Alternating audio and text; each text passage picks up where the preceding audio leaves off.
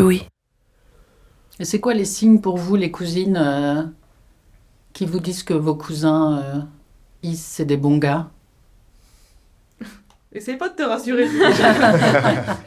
Bah si, j'essaie de me rassurer, c'est pour ça que je fais tout un podcast. Mes fils ont 3 cousines dont ils sont très proches. Dans la famille, on les appelle la cousinade. Ils ont entre 16 et 25 ans, ils se voient, ils sortent, ils discutent, et ils sont proches comme ça depuis toujours, depuis qu'ils sont tout petits. Que je crois. Mais non, mais il y a un truc où aussi, tu vois, on en parle et... À eux 5, ils sont une sorte de petit ensemble humain qui échange, se dispute et est très drôle. C'est peut-être parce qu'il y a toujours eu ce mélange, cette mixité dans leur entourage, que j'ai du mal à imaginer qu'ils puissent être violents avec des jeunes femmes. Je me suis toujours dit qu'avec elles, ils comprenaient, ils savaient. Les filles, je trouve qu'on a un peu développé un 6e sens. Certains comportements, il y a certains red flags, c'est très minime, mais il y a certains trucs genre... Par exemple, je me rappelle d'une histoire, moi une fois, je me suis fait agresser dans la rue. Et je me rappelle que je t'en avais parlé, parce que je crois qu'on s'était vu pas le soir même, mais genre le jour d'après. Et j'étais encore un peu énervée. À aucun moment t'as essayé de remettre la faute sur moi.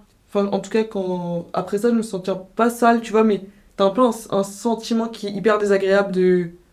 Tu te sens un peu dégueu, quoi. Ouais. Je me rappelle que t'as été vraiment juste une oreille pour écouter, mais sans jugement, tu vois. Je pense qu'à un moment, je me suis remise en question. Et t'as dit en mode, mais pas du tout, genre, Ouais. c'est lui qui est vraiment dans le tort, tu vois. Et puis, c'était vraiment cette oreille-là qui m'écoute et ça, c'est vraiment agréable. Je pense que c'est aussi parce qu'on arrive à parler de beaucoup de choses ensemble, mais notamment de... Enfin, je sais pas, moi, si à un moment donné, j'ai mal parce que j'ai mes règles ou des trucs comme ça, je vais avoir zéro peur, même honte ou quoi que ce soit de vous le dire. Et genre, vous allez juste être là à compatir. Enfin, même pas que ça, mais quand on parle d'autres choses ou de ça, et même, tu vois, genre quand on parle de relations amoureuses ou de choses comme ça, tu vois, je sens aussi beaucoup une considération pour l'autre. Enfin, ça vous importe beaucoup, tu vois.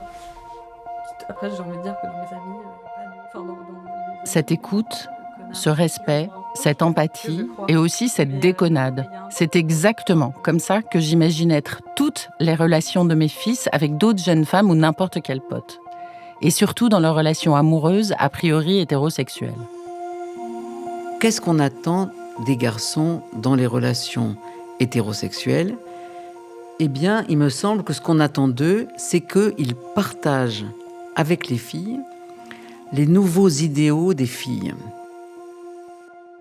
Irène Théry, sociologue et autrice de Moi aussi, la nouvelle civilité sexuelle, fait écho à la discussion de la cousinade sur la fin de la responsabilisation des filles et des femmes. On a d'abord des jeunes filles qui n'acceptent plus ce que leur mère acceptait encore. Parce qu'on essaye d'aller un peu plus loin. Bien sûr, il ne s'agit pas on ne veut pas être violé. Ce qu'apporte MeToo, c'est pas simplement que on ne veut pas être violé, c'est on ne veut pas être dans des situations où on n'a pas de liberté de consentement. Donc la nouveauté, c'est ça. C'est pas quand une femme dit non, elle dit non. C'est une femme ou une jeune fille ne doit pas être en situation de ne pas pouvoir dire oui ou non. La nouvelle génération qui porte MeToo, c'est une nouvelle génération féministe qui ne veut plus accepter cette fatalité de la surresponsabilisation des filles.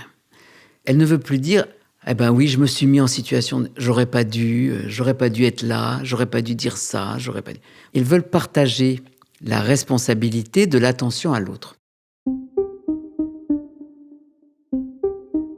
Une fois encore, mes fils ont des cousines, ils ont passé leur vie entourés de femmes dans la famille, ils ont toujours eu des potes filles et garçons, et je pense qu'ils ont intégré que ça n'était pas aux filles de se protéger, mais à eux d'être éduqués, comme disent les panneaux dans les manifestations.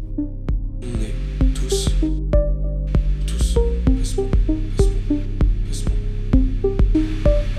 on est tous responsables. Mais tout ça, je sais bien que c'est une manière de me rassurer. Il y a un principe de réalité auquel je ne peux pas tout à fait échapper et que me rappelle Bertrand Jacques, sexologue, qui travaille avec des auteurs d'infractions sexuelles. On est tous responsables. Je pense que même dans ta question initiale, il y a ça qui traîne. tes inquiétudes en tant que mère d'avoir bien fait. Voilà, des inquiétudes légitimes et intéressantes, et c'est des bonnes questions à se poser, mais leur timing n'est pas le nôtre, quoi, au fond. Je pense qu'il y a quelque chose qu'il faut accepter, c'est qu'on peut fondamentalement pas éviter tout risque de passage à l'acte. Voilà. On met des ingrédients, on secoue un peu, on remplit leur sac à dos, leurs ressources, et puis ils continuent leur route. C'est clair qu'au plus on a fait ça, au plus on leur donne les chances de pouvoir éviter des voies sans issue ou des voies problématiques. Je peux pas me dire que mon fils échapperait comme par miracle au risque Camille Froide-Vaumétry, philosophe. d'avoir des comportements inappropriés, voire violents. Enfin, je peux juste espérer que ça n'arrive jamais. Mais quand on connaît la puissance d'imprégnation des rouages patriarcaux et simplement, on a récemment beaucoup parlé de la question de la culture du viol et on sait que c'est des choses qui sont profondément enracinées dans les mentalités. Voilà, je veux dire, il y a pas d'exception. Camille Froide-Vaumétry est bien plus lucide que moi. Que ce soit elle ou Bertrand, il y a un constat implacable. C'est comme ça, la violence est toujours possible. Même si j'ai mis tous les bons ingrédients dans leur sac à dos, même si je leur ai donné toutes leurs chances.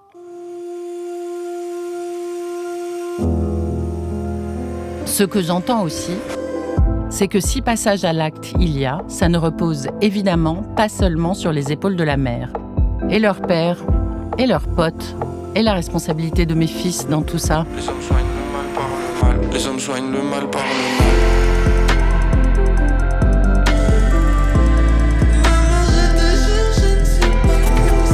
Je suis Julie Gavras et vous écoutez Pas mes fils. Maman, je suis un garçon. Épisode 6, tous responsables. Je suis poison qui distille le remède. Maman, je suis un garçon. On juge les hommes à ce qu'ils deviennent. Ce qui me saisit beaucoup dans toute cette démarche que tu as sur la réalisation de ce podcast, dans ta quête de réponse aussi, c'est l'absence du père. Finalement, ça me donne un peu l'impression comme si tu étais toi responsable des fils que tu amènes dans la société, de tout ce qu'ils deviennent, vont devenir, alors que pour moi, dans la construction de la masculinité, la question des modèles d'hommes qu'ils ont eus, elle est quand même assez prépondérante. Yoram Krakowski, psychologue clinicien, a raison.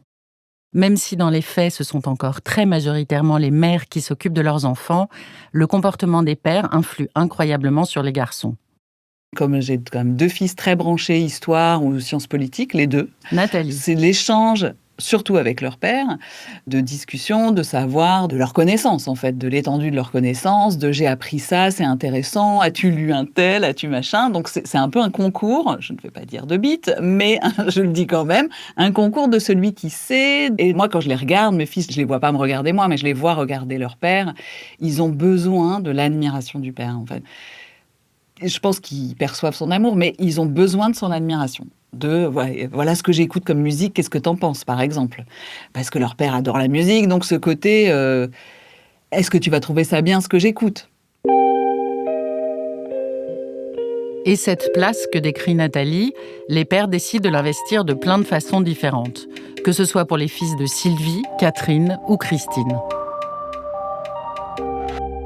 Il se trouve que je suis une piètre cuisinière et que je n'aime pas cuisiner. J'ai toujours fait manger mes enfants, ma famille, et ça n'a jamais été avec un grand plaisir, mais il se trouve que les hommes de ma vie ont toujours adoré cuisiner. Et le père de mes enfants est un très très bon cuistot.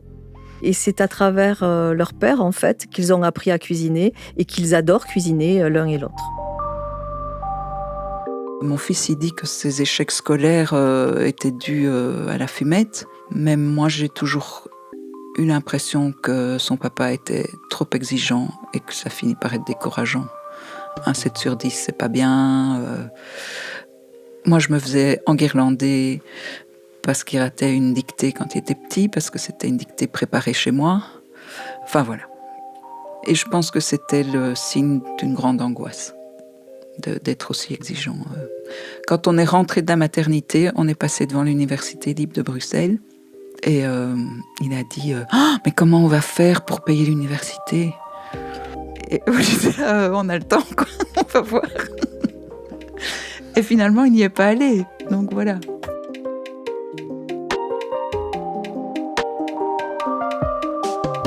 Mon mari n'est pas autoritaire pour un sou. Donc c'est un peu moi qui était censée incarner l'autorité, qui de fait l'assumait, on va dire. Mon mari, c'est plus le copain. Bon, alors quand il commence à dépasser les bornes, là, il pète un plomb, il crie, il s'énerve, voilà. Et quand ils étaient plus petits, il n'était pas beaucoup là. Donc, ouais, c'était quand même moi. Hein.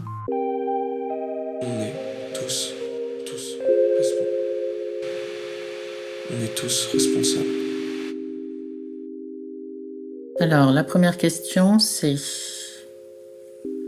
Comme tu fais des documentaires, est-ce que toi, t'aurais pensé à faire un documentaire sur tes fils ?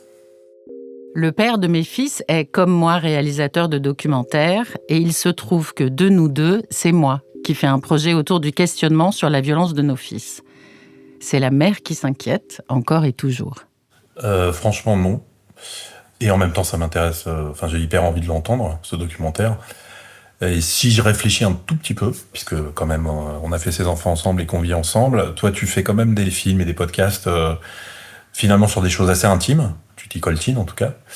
Alors que moi, je pense que, pudiquement, ou je les fuis un peu, quoi. Et je suis pourtant le premier à bien être ému et pleurer un film sur des pères et des fils.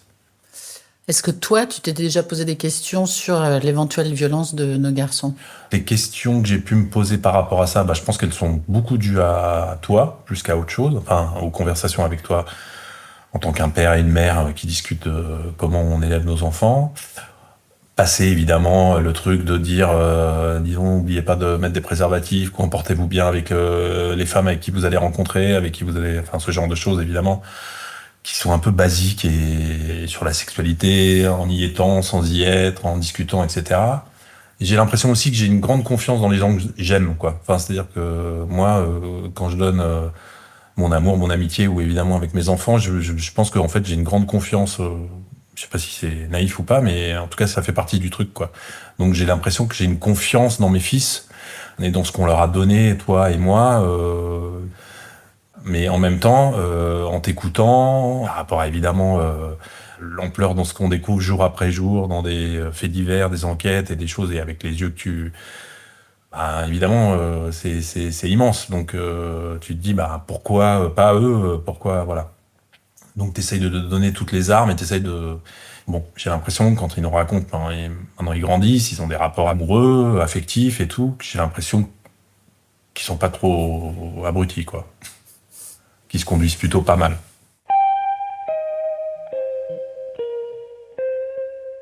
Bon, on pourrait faire tout un podcast aussi sur le rôle des pères dans la construction de leurs fils. Mais ce qui est sûr, c'est que cela ne s'arrête pas aux parents. Faire grandir des hommes bien, c'est aussi une responsabilité collective, celle de la société et des institutions, comme l'école.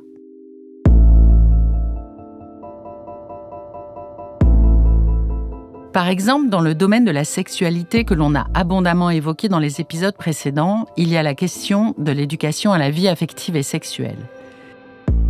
Ça fait 25 ans que la loi Aubry prévoit 3 séances annuelles obligatoires d'éducation à la vie affective et sexuelle dans toutes les écoles, collèges et lycées. Mais en pratique, ces cours sont très rarement donnés. Mes fils non plus n'ont jamais eu ces 3 séances annuelles. En 2025, un programme commun pour ces cours d'éducation à la vie affective et sexuelle a enfin été défini et validé. Le but ? Armer les enfants face aux violences dont ils pourraient être victimes, leur expliquer tout au long de leur scolarité la notion de consentement, les aider à mieux se connaître et à accepter les différences des autres. À propos du consentement, justement, le législateur a aussi récemment pris ce sujet en main en intégrant la notion d'absence de consentement dans la définition du viol et d'autres agressions sexuelles. C'est un texte qui, au moment où j'écris ces lignes, a été adopté en première lecture à l'Assemblée nationale avec une large majorité. Cette loi vise à passer de la culture du viol à la culture du consentement. La sociologue Irène Théry, qui a travaillé sur la nouvelle civilité sexuelle, me parle aussi d'autres lois qui régissent nos rapports et dont je n'étais même pas au courant. On dit Dès lors que c'est un mineur de 15 ans qui a une relation avec quelqu'un qui a plus de 5 ans de différence, c'est un non-consentement statutaire. Donc ça veut dire tout simplement la relation sexuelle entre un majeur et un mineur qui a plus de 5 ans de différence, donc 15 ans, ça fait 20 ans, voilà, est interdite par la société, sera considérée comme un viol. C'est un viol puisque le non-consentement est statutaire. Donc ça, c'est un énorme changement. Alors ça, il faut absolument que les jeunes garçons, comme les jeunes filles, le sachent. Parce que c'est assez récent et beaucoup ne le savent pas. Je pense que ce qu'il faut que les garçons sentent, c'est que leur liberté d'action, elle est immense. Et ils ne sont pas menacés à chaque fois d'avoir des plaintes contre eux, parce qu'en fait, quand on outrepasse le consentement au point que l'autre va aller porter plainte, en général, on sait très bien ce qu'on a fait. Sauf si on a cru qu'on est dans une société où on a le droit d'abuser des filles qui ont trop bu, des choses comme ça, choses qui sont en train de s'apprendre dans les écoles, par exemple. Avant, c'est vrai qu'on pensait que l'alcoolisation générale excusait les relations. Donc il faut savoir, parce que beaucoup de gens ne le savent pas, que être alcoolisé, abuser d'une fille alcoolisée ou l'être soi-même est une circonstance aggravante. Donc là aussi, vous voyez, la société, elle définit bien ces nouvelles règles. Et ça aussi, les garçons doivent le savoir pour pouvoir mener leur vie érotique agréablement. Irène Théry dit « Les garçons doivent le savoir. Eux aussi doivent se responsabiliser. Et pour se responsabiliser, ils peuvent s'informer. » On évoquait les réseaux sociaux et on l'a vu, il y a plein d'horreurs masculinistes. Mais il y a aussi d'autres contenus, comme me le rappelle Francis Dupuy-Derry, professeur en sciences politiques. Il faut toujours voir que les médias sociaux, il y a tout et son contraire. C'est-à-dire, si vous êtes un jeune homme curieux aujourd'hui, d'idées progressistes, d'idées féministes, de masculinités différentes, vous allez trouver aussi d'autres choses sur le web et il y a des jeunes hommes qui se font inspirer par autre chose que les Andrew Tate, là. C'est justement sur les réseaux que mes fils ont découvert et m'ont fait découvrir une vidéo qui s'appelle Tea and Consent. If you're still struggling with consent, just imagine instead of initiating sex, you're making them a cup of tea. Une animation très drôle où la proposition d'avoir une relation sexuelle est remplacée par la proposition de faire du thé à quelqu'un. Et dans ce cas, la notion de consentement est quand même très limpide. And if they say, no thank you, then don't make them tea. At all. Just don't make them tea. Don't make them drink tea. Don't get annoyed at them for not wanting tea. They just don't want tea, okay? Par exemple, on n'oblige pas quelqu'un à boire du thé juste parce qu'on l'a préparé et que la personne a changé d'avis. And it's okay for people to change their mind. Ou n'a plus soif. They did want tea, now they don't. Ou s'est endormi. And if they're unconscious, don't make them tea. Whether it's tea or sex, consent is everything. And on that note, I'm going to make myself a cup of tea. Il y a tellement de moyens de s'éduquer, surtout aujourd'hui, là, c'est incroyable tout ce qu'on a, on a accès à tellement de choses, donc pas attendre tout le temps que les femmes de notre entourage nous expliquent.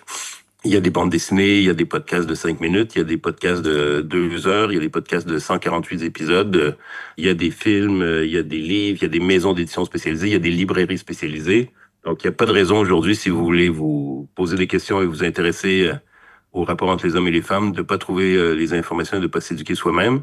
Francis Dupuy-Derry est aussi l'auteur d'un livre, Les hommes et le féminisme, faux amis, poseurs ou alliés, qui se veut une sorte de guide de désempouvoirment pour les hommes.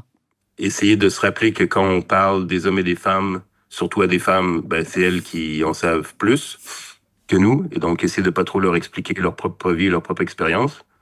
Et puis, entre hommes, il y a se surveiller entre nous, si je peux dire ça comme ça, parce qu'il y a plusieurs moments où, en fait, le sexisme ordinaire ou la misogynie, elle s'exprime alors que les femmes sont même pas là. On a parlé du sport, que ce soit des fois au travail, que ce soit dans d'autres types d'activités, on se retrouve ensemble. Et quand on est ensemble, en fait, il y a aussi du sexisme et de la misogynie. Pas besoin d'avoir des femmes sur place pour que ça soit là. Et donc, entre hommes, est-ce qu'on assume nos positions politiques, nos idéaux politiques, nos valeurs, jusqu'à se confronter à d'autres hommes? Peut-être des fois même à rompre des relations en disant que ceci est inacceptable. Vous avez déjà eu des copains problématiques? Des quoi Est-ce qu'on a déjà... c'est bien. Des quoi Des copains problématiques. Pas forcément qui ont agressé, mais qui étaient un peu relous avec les filles. Mais dans le sens directement avec elles, ou enfin qui vont... Ouais, soit qui font des vannes lourdes quand vous êtes entre mecs. Qui des fois sont limites, ou dire... Ouais, soit ils sont relous avec les filles quand elles sont là. Non, Moi, j'ai envie de dire, vu qu'on choisit son entourage, du coup, généralement, il y a forcément des gens qu'on croise qui font ça, mais généralement, c'est justement pas des gens avec qui on va devenir pote. Par exemple, je sais pas, tu te rappelles la soirée de Ruben? Ah bah oui, ouais. Il y avait des potes de Ruben qui sont un pote de potes, et du coup, c'est un groupe complètement différent. Eux, ils sont très bofs, et il y a des trucs où on disait, pas besoin de parler comme ça ou quoi. Tu te rappelles de quoi? Ah oui, il y a cette meuf qui m'a demandé sur Insta, regarde les gros seins qu'elle a, c'est complètement fou. Dans les gens de la soirée, il y a juste un silence qui s'installe et... Mais pour autant, c'est vrai qu'on n'a pas dit directement au gars, ouais, je peux pas dire ça. Mais on choisit les gens avec qui on s'entoure, donc forcément, bizarrement, on va pas aller vers des mecs chelous. Oui, mais parfois les mecs, ils sont, je sais pas comment dire, ils sont pas chelous, mais ils sont un peu lourds, quoi. Je sais pas. Pas de... T'essayes de faire passer le truc en disant d'une manière un peu ironique, genre ouais, t'abuses de ouf quand même là. En faisant passer la pilule un peu ironiquement, puis si vraiment il continue de faire des vannes de fou, moi soit j'arrête de lui parler, soit ouais non, j'arrête de lui parler. Oui, je suis d'accord. Alors que en vrai le bon truc ce serait de lui dire y a pas un problème mec, je t'arrête de faire ça.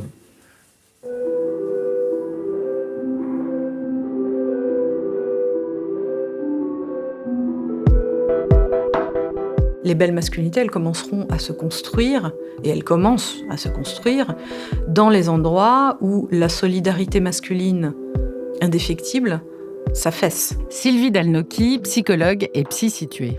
Et que la question d'une solidarité à tout prix devient moins forte, et où certains hommes s'opposent aux autres hommes. Pas vont crier dans une manif féministe, mais s'opposent à leurs collègues de travail, s'opposent à leurs frères, s'opposent à leurs cousins relous, à l'oncle machin qui tripote la poitrine des adolescentes au repas de famille. Et du coup, moi, avant de donner une feuille de route, j'aimerais entendre des hommes confronter leurs copains relous, parce qu'ils vont dire qu'il est relou, ils vont jamais dire « Ah oui, mon ami Jean-Marc, c'est un agresseur sexuel qui tripote les femmes dans les bars. » Il va dire « Oui, il est un peu relou quand il a bu. » Voilà. Donc déjà, débarrassez-vous de vos potes qui sont pas relous, mais qui sont des agresseurs sexuels.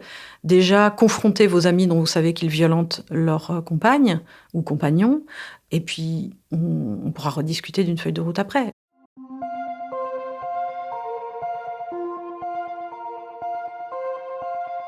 Laurence, mère de 2 garçons. Mon fils aîné, qui est étudiant au Canada, me racontait, donc il fait partie d'une FRAT, c'est une fraternité à l'américaine, hein, c'est des clubs, donc là il n'y avait que des garçons. Il m'a dit, tu serais fière de moi maman, là, la dernière fois, il y en avait un ou deux qui parlaient très mal des filles, et quand j'ai dit que c'était pas bien de parler comme ça des filles, que c'était pas acceptable, les autres ont rigolé, ils ont dit « Oh, on s'en fiche, on est entre nous ». Et du coup, il me dit « Je me reconnais pas dans leurs valeurs, j'ai quitté cette fraternité ». C'est cool, t'étais contente? Au début, je me suis dit « Oh, mais c'est dommage, parce que c'est un endroit qui était bien ». Après, je me suis dit « Mais pourquoi j'ai réagi comme ça ?» Parce que c'est lui qui a raison, en fait. C'est vrai qu'il faut être en adéquation avec ses valeurs. Et finalement, je me dis que par moments, moi, je suis peut-être un peu trop résiliente. C'est peut-être l'entreprise qui m'apprend à être comme ça. Mais donc, du coup, je me dis que s'ils ne sont pas comme ça à leur âge, donc du coup, après, j'étais fière de lui, oui, très fière de lui.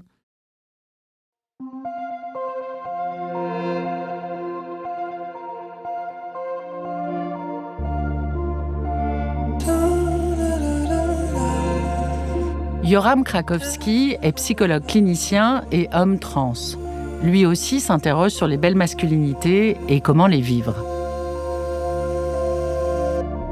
Quand même, si toutes ces personnes transmasculines qui viennent d'un milieu féministe, on décide quand même d'aller vers une forme de masculinité, c'est qu'il y a quand même des choses positives aussi à y trouver, malgré les stéréotypes de genre. Et ça, je trouve qu'on a du mal à en parler, des aspects positifs de la masculinité, et même entre nous.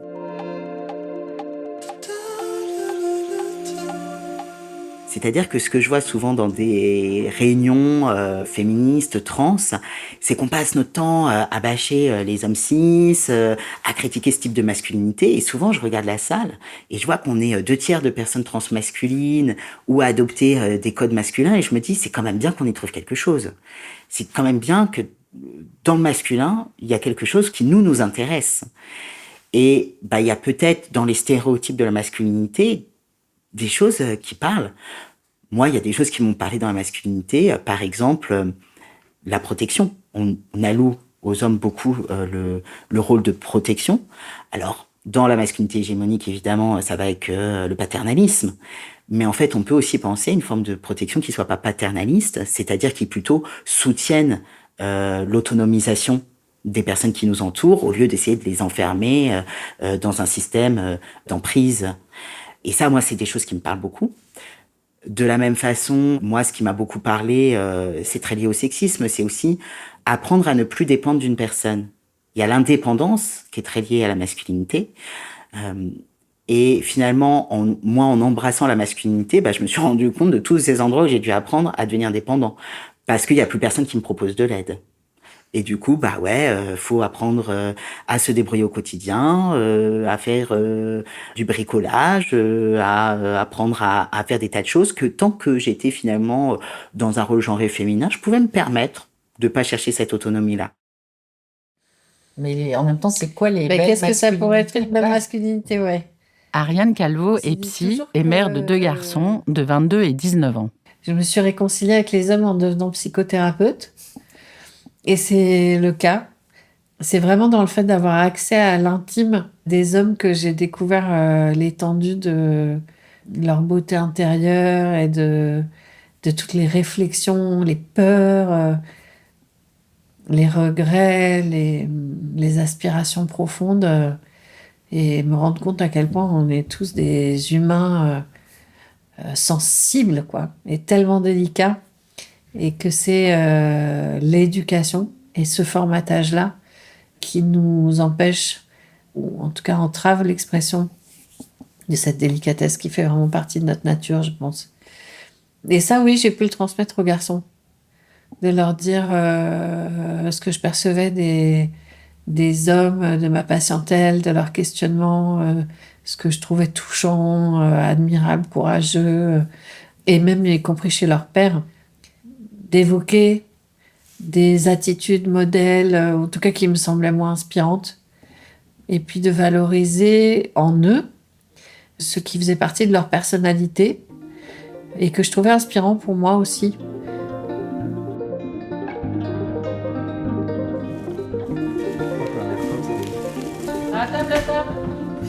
J'aime bien cette idée que l'on apprend de son enfant. Comme Laurence, tout à l'heure, qui a remis en question sa réaction quand son fils a de lui-même choisi de quitter sa fraternité. Je regarde pas à tous tes gifs tout le temps forcément. Moi aussi, j'ai l'impression d'avoir beaucoup évolué grâce à mes fils, et notamment sur l'expression de mes émotions. Je n'ai jamais été très douée pour ça, et je suis toujours surprise quand j'entends qu'être en connexion avec ses émotions, c'est une caractéristique féminine. Pour moi, ça a été souvent l'occasion de discussions avec mes fils depuis qu'ils sont tout petits pour essayer de décrypter leurs émotions en parallèle avec ce que je pouvais ressentir. Un exemple tout bête, arriver à comprendre que parfois, quand on est de mauvaise humeur, c'est parce qu'on a faim. Et après, je pense que c'est vrai, le fait de renforcer le fait qu'on est des filles aussi. Et puis heureusement, pour parler émotion, il y a la cousinade qui aide aussi. Mais par exemple, moi, c'est ça qui m'a étonnée et qui m'avait fait un peu rigoler aussi, c'était que quand on parlait, tu vois, entre cousins de nos relations amoureuses, vous avez demandé, mais vous en parliez que quand on en parlait tous ensemble. C'est vrai que ça nous avait un peu choqué que vous deux, vous parliez pas entre vous de ça. Ouais. Et j'ai l'impression qu'il y a quand même moins de vulnérabilité entre frères et frères que... C'est pas quelque chose qui est très valorisé pour un homme d'être vulnérable en même temps. Mais... Non, c'est sûr, mais j'ai pas l'impression que vous avez grandi dans une maison où c'était... Bien sûr, mais après tu sors de ta maison à un non, moment, c'est sûr, donc c'est sûr. forcément tu... Non, c'est totalement. Ouais, c'est de la pudeur, et c'est une peur de s'avouer que parfois il y a des trucs qui sont... Enfin genre, de parler de trucs qui sont pas marrants, genre. En mode que parfois il y a des trucs qui sont pas marrants, mais qu'il faut en parler pour, tu vois. Quand t'es avec tes potes mecs, Il y a un côté où on n'est pas là pour parler de trucs qui nous cassent les couilles, on est là pour rigoler, pour ça, je sais pas, genre tu casses l'ambiance ou un truc comme ça prend la tête, genre. Alors que juste on était en train de parler et de dire des conneries, genre. Mais ça c'est aussi un truc d'âge, je veux dire, quand t'es au lycée t'es dans un truc de posture aussi constamment, machin, tout ça, et là quand on grandit, on a beaucoup plus, la part de ce genre de discussion elle augmente largement, tu vois. Et elles sont plus intéressantes et plus machin. Moi, c'est bizarre parce que j'ai pas l'impression que, tu vois, quand on parle de nos problèmes entre meufs ou des choses comme ça, enfin, qu'il y ait des mecs ou pas, ça nique pas l'ambiance. Mais vraiment. Et je trouve que c'est aussi intéressant d'en parler tous ensemble et d'avoir le point de vue de chacun. Et après, évidemment, en plus, quand on en parle, à chaque fois, on fait des blagues. C'est ça, genre. Bah, par exemple, Kiamia, on connaît tous ici. Alors que vraiment, il lui arrive les pires trucs du monde, on fait quand même des blagues super drôles. Tu vois, mais tout en respectant la sensibilité de chacun, tu vois. En plus, c'est aussi ça, c'est ce qu'on a vachement. Enfin, dans mon groupe d'amis, en tout cas, personnellement, on est un peu un maître de la sensibilité de chacun. De genre, je sais qu'avec cette personne-là, faut pas aborder ce point-là, tu vois. Et c'est pas grave, tu vois, mais genre. C'est aussi dans le respect, dans l'empathie de chacun, je trouve. Encore plus que des. Les cousines remettent mes fils à leur place en détruisant tranquillement cette idée toute masculine que parler de ses émotions, c'est pas fun. Un garçon, ça ne pleure pas. Un garçon, ça n'exprime pas sa peine ou sa souffrance. Un garçon, ça ne se plaint pas. Un garçon, ça endure, ça serre les dents, ça serre les poings, ça s'empêche de pleurer, ça s'empêche de parler. Et ça, c'est une catastrophe, humaine, j'allais dire. Camille Froidevaux-Métry, philosophe. Parce que, d'abord, les émotions... tout être humain en ressent, de la peine, de la peur, du sentiment de solitude, du sentiment de ne pas être compris. Tout ça, c'est des sentiments éminemment humains. Et on ne voit pas au nom de quoi on priverait les garçons de les exprimer, puisqu'ils les ressentent de toute façon. Les garçons n'arrivent pas à mettre des mots sur ce qu'ils ressentent et se refusent même, d'une certaine façon, de pouvoir être aidés, accompagnés et de partager des souffrances qu'ils peuvent ressentir. Alors, c'est très dommageable pour eux, mais aussi pour leur entourage, parce que des hommes qui restent enfermés dans des souffrances psychiques, on sait ce que ça donne. Ça donne des comportements addictifs, de l'alcoolisation, de la violence, parce que quand on s'exprime pas avec ces mots, on s'exprime autrement. Voilà. Donc il y a vraiment un enjeu hyper important, je trouve, aujourd'hui, à sensibiliser les filles et les garçons, d'ailleurs, à la dimension non genrée des émotions et des sentiments. Je parlais d'émotions, mais aussi des sentiments. C'est pas que des choses négatives, c'est savoir aussi dire à une personne que l'on aime, savoir exprimer son admiration, savoir exprimer sa tendresse, voilà, des choses positives aussi. J'ai des garçons qui sont capables de donner de l'affection. Sylvie. Et tu vois ça, c'est quelque chose, quand tu traverses la vie et que tu te rends compte à quel point, surtout chez les amis ou chez les compagnons hommes, à quel point il y a des manquements, des défaillances à ce niveau-là. Moi, je voudrais tellement que, c'était quelque chose qui, en tout cas, moi, m'importait, savoir qu'ils sont en capacité de l'exprimer. Pour moi, c'est le gage quand même d'une réussite et tu te dis que tu as des chances quand même d'être heureux, d'être bien dans tes pompes et de pouvoir le communiquer. Et donc, finalement, d'être une personne bien, quoi, tout simplement.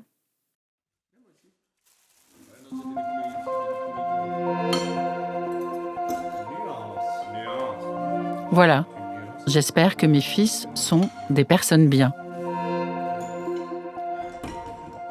Et si on pouvait sensibiliser les garçons et tout le monde à la dimension non genrée des émotions, ça permettrait d'atténuer toutes les injonctions nocives que subissent les hommes et les femmes. Apprendre aux garçons ce qu'on apprend aux filles, essayer d'atténuer un peu les représentations très virilistes, et puis encourager nos fils à développer les qualités sensibles qu'ils ont déjà en eux.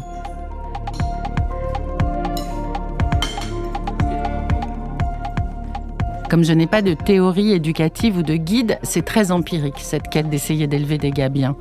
Mais ça passe en tout cas par le fait de renverser nos représentations.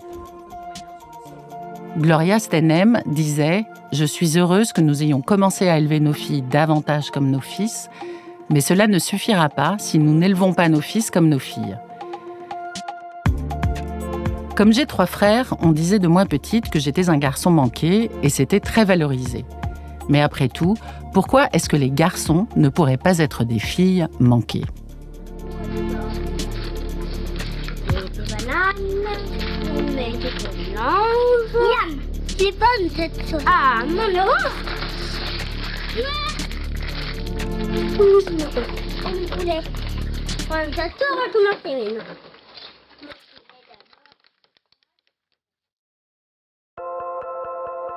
Vous venez d'écouter le dernier épisode de Pas mes fils, une série du podcast Injustice de Louis Média. Je suis Julie Gavras, j'ai tourné et écrit les épisodes. Anna Bui était à la réalisation. Le mixage et l'enregistrement ont été faits par le studio La Fugitive. Louise Emerlet est à la production. La musique est de Dr Chill et les voix et textes sont de Samir Flynn. Merci à toutes les intervenantes et aux intervenants, à toutes les mères, à mes fils, à leurs pères et à mes nièces. Merci à Émilie Aubry et toute l'équipe du Dessous des cartes. Merci à Annabelle Brouard pour ses précieux renseignements. Merci à toute l'équipe de Louis Média. Si cette série vous a plu, n'hésitez pas à la partager. À bientôt. Maman, je ne suis qu'un garçon. Je ne demande que très rarement pardon. Maman, je ne suis qu'un garçon. J'impose un peu trop, nous allons. Maman, je ne suis qu'un garçon. J'ai rêvé d'être flic ou bien maçon. Jamais ballerine ou infirmière. La femme en moi repose au cimetière. Maman, je sais que t'as peur pour moi, car je ferai tout pour gagner le tournoi. Car dans les bars je laisse de gros pourboires, que quand les gens pleurent je demande pas pourquoi. Maman, je sais que t'as peur de moi, car la force des hommes connaît pas de loi. Ici pas trop de femmes n'ont pas de voix, car on parle plus fort qu'elles pardonnent-moi. Maman, je sais que t'as peur de moi, le patriarcat tout part de là. Et tout part même dans les yeux de ton fils. Mais t'es pas coupable, au pire juste complice. Maman, je sais que t'as peur pour moi, car tu vois bien que je n'ai peur pour personne. Une fois répète, soit fort et joue perso. Pour la faire taire, faut pas que du chatterton. Maman, je suis un garçon. Je me dois d'apprendre à dire pardon. Oui, mais maman, je suis un garçon. Le monde d'une prison dont je suis le bâton. Maman, je suis un garçon. Je me dois de rester au diapason. J'ai une prestance, une réputation. Être un homme, c'est toute une éducation. Plus facile de te dire que je suis qu'un garçon que de dire que je suis un homme. Y'a une part du problème gravée dans l'atome, et un bout de la solution est dans ma paume. C'est sûrement Adam qui a croqué la pomme, ou bien trop souvent j'en ai causé de la peine. Et j'ai souvent couru pour pas qu'elle ne m'atteigne. Peine de cœur, je préfère les hématomes que je me fais quand je frappe le mur, quand je cours trop vite, quand je parle mal. Maman, avec toi j'ai pas parlé turc. Les hommes soignent le mal par le mal. Les hommes sont bénis, paraît-il. J'en ai surtout croisé des pathétiques. Si je suis condamné à n'avoir pas d'éthique, maman, à ton garçon faudra faire la leçon. Maman, j'aimerais devenir un homme qui sait parler, qui sait dire je t'aime. Maman, j'aimerais devenir un homme qui sait se taire, qui sait vivre le seul. Maman, j'aimerais devenir un homme qui cuisine sur la joue trace de sel. Maman, j'aimerais devenir un homme, mais devenir un homme c'est ça le problème.